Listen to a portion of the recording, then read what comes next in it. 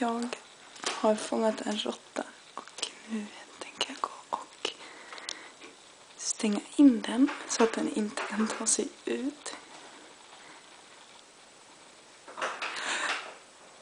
Jag måste lägga dit någonting som gör att den inte kan ta sig ut.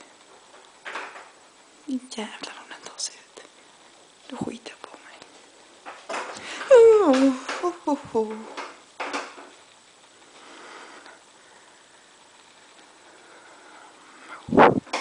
Nej, fy fan. Nej, fy fan.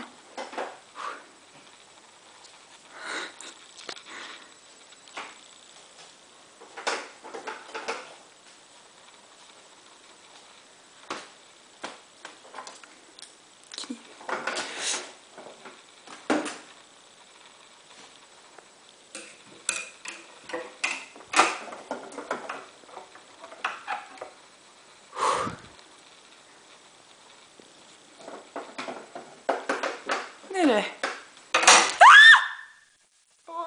Okej.